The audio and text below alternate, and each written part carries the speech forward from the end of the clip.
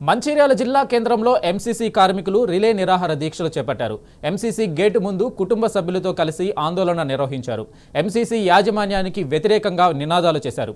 ఎలాంటి నోటీసులు ఇవ్వకుండానే ఎంసీసీ యాజమాన్యం తమను అకారణంగా విధుల నుంచి తొలగించిందని ఆరోపించారు. నష్టపోయిన కార్మికులకు 50 లక్షల రూపాయల నగదు, 2 గుంటల భూమి ఇవ్వాలని డిమాండ్ చేశారు. లేని పక్షంలో నిరసనలు తీవ్రతరం చేస్తామని హెచ్చరించారు.